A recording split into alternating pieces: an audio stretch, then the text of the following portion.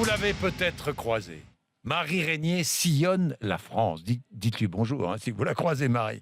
Elle était dans les Ardennes. Là, elle est en région parisienne pour notre opération. Vous voulez que ça change parce qu'on a envie de vous écouter à l'approche que ça bouge, oui, que ça change, oui, que ça bouge, oui.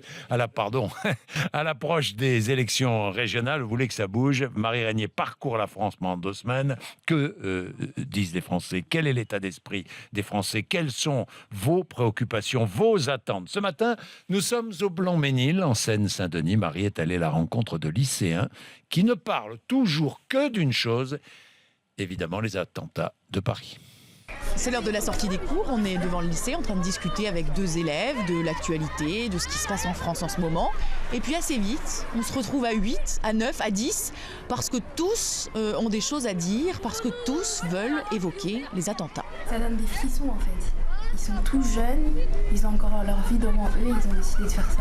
Ils sont faibles d'esprit tout simplement, parce qu'il y en a d'autres qui réussissent alors qu'on est tous en banlieue. Enfin je veux dire, il y en a qui réussissent très bien leur vie et eux, ils se sont perdus quoi.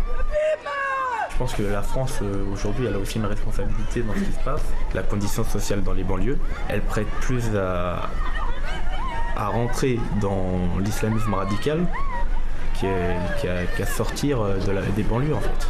Pourquoi? Parce que vous vous sentez oublié? Parce que vous avez l'impression qu'on ne s'occupe pas assez bien de vous? Nous, l'année dernière, au lycée, on a dû bloquer le lycée pour avoir du chauffage en décembre. Donc, je sais pas si on peut dire qu'on est oublié, mais quand même, ça faisait 1 an qu'on pouvait plus ouvrir les fenêtres dans le lycée. Ils ont enfin changé. Je suis sûr que quand on va sur Paris, il manque pas de chauffage, leurs fenêtres elles sont parfaites.